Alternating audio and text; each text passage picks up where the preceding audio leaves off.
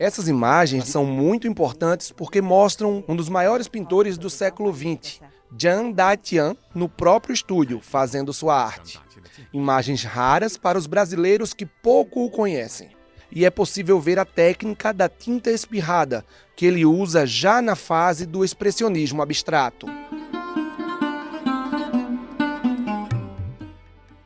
Em Campinas, no interior de São Paulo, o jornalista Guilherme Gorgulho estuda a obra do pintor Da-Tian na pesquisa de doutorado dele pela Unicamp.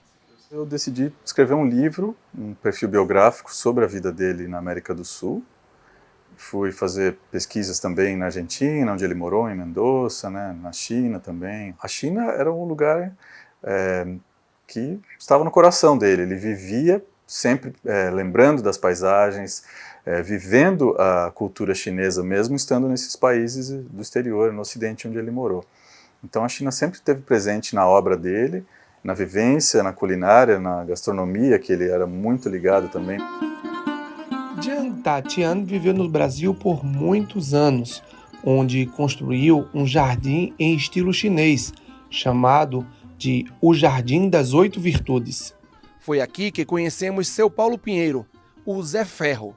Ainda adolescente, ele trabalhou como jardineiro para o pintor, a quem chama até hoje de o professor. É uma das coisas mais lindas que eu já vi na minha vida. As flores, as pedras, o formato dele num todo, ele é simplesmente lindo, né? E a gente, mesmo com a minha pouca idade, eu adorava ver tudo aquilo lá, gostava de trabalhar naquilo lá. Eu gostava muito de pequenos jardins, pequenos focos, né? Num jardim grande, ele tinha outros pequenos, que passavam um certo tempo, ele mandava mudar, fazer completamente diferente. E na época, é claro, com a minha idade eu não entendia nada do que ele pretendia, né? E hoje, o que é que o senhor entende do que ele pretendia? Aí ele pretendia, ele era meio como um artista, ele tinha a visão daquilo que ele queria que a gente fizesse no jardim. E às vezes ele pedia para a gente mudar pouca coisa. O pintor viveu aqui em Mogi das Cruzes até 1974. Foi quando ele soube que a construção da barragem do rio Jundiaí iria submergir as terras do seu sítio. Em 2014, uma forte seca revelou vestígios da época em que ele morou aqui. Tanto tempo depois, e aproveitando a seca na barragem, Zé Ferro conseguiu escavar onde ficava um dos principais lagos artificiais do Jardim das 8 Virtudes. O local era repleto de carpas. Como curioso que eu era, moleque curioso, eu cheguei a ver ele trabalhando com os pincéis, mas era muita coisa eu encostar na janela para ficar olhando. Então é só olhada rápida. Hoje eu mais ou menos calculo que ele pintava aquelas montanhas, que eu não lembro o nome agora, daquelas montanhas da China. Foi o momento em que ele fez as exposições na Europa, ele começou a conquistar um espaço na Europa a partir de 1956. Em 56 ele se encontrou com o Pablo Picasso na França, quando ele estava fazendo 2 exposições em Paris. E depois ele começou a buscar outros espaços na Alemanha, na Inglaterra também ele expôs. Então esse é o momento em que ele estava mais produtivo e criando, e por isso é considerado sua fase mais importante, né? Estima-se que o Jean Da-Tian tenha pintado mais de 30 mil obras ao longo de sua vida toda, incluindo quadros, pinturas, caligrafias e outros formatos artísticos. No Brasil, poucos restam em exposição para a apreciação das pessoas. Eu acabei encontrando 2 obras em museus públicos no Brasil só, em Porto Alegre uma, em outra em Olinda, e o resto se perdeu, né? Em Porto Alegre, nós conseguimos ver na Pinacoteca Rubem Berta, entre os quadros em exposição, a obra Passeio ao Longo do Rio, apreciando as flores das ameixas, uma aquarela sobre papel de 1966. A que fica aqui em Olinda, do mesmo ano, mas só foi identificada como sendo do Da-Tian em 2018, uma obra estimada em R$ 3 milhões que foi doada ao acervo do governo do estado. O quadro está inacessível ao público, isso porque o museu está fechado para uma reforma desde 2016.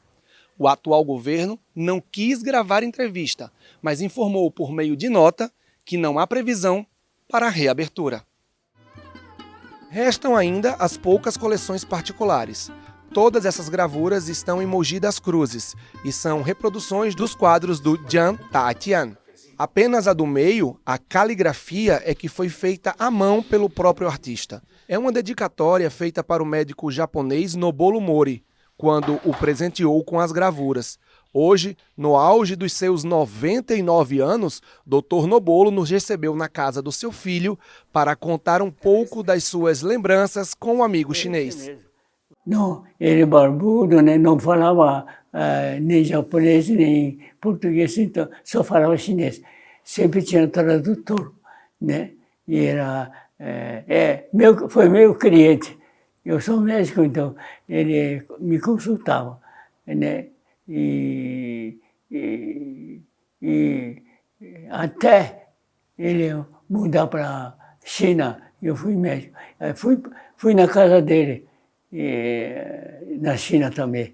Dr. Nobolo foi vice-prefeito de Mogi das Cruzes entre 79 e 1982 e também lembra do Jardim das 8 Virtudes, que foi um marco para a cidade. Jardim simples, mas eles colocam filosofia, então jardim filosófico, tem pensamento, tem, né,